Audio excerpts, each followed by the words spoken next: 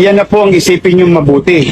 Anong uri ng karakter ang isang taong pwedeng mamuno sa atin na siya mismo ay hindi sumusunod sa alituntunin ng gobyernong kanyang pamumunuan.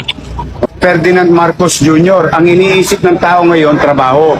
Ngayon, kung masisingil natin sa kanya, yung 203 billion, marami tayong mabibigay na trabaho. Tama siya doon. At dapat siya na magsimula. Kung yung talagang iniisip niya ay malasakit sa kapwa, malasakit sa Pilipino.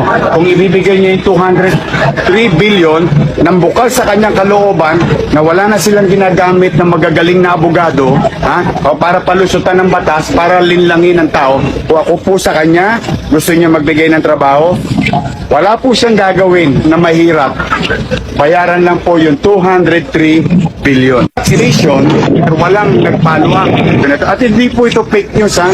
Ito po, kahit ano pong paliwanag ng abogado niya, yung spokesperson niya, hindi po ito fake news. Decision po ito ng Korte Suprema.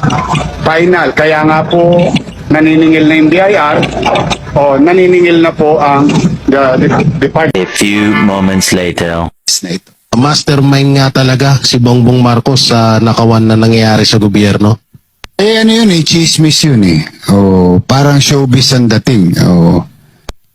Yung para sa akin, wala akong makita na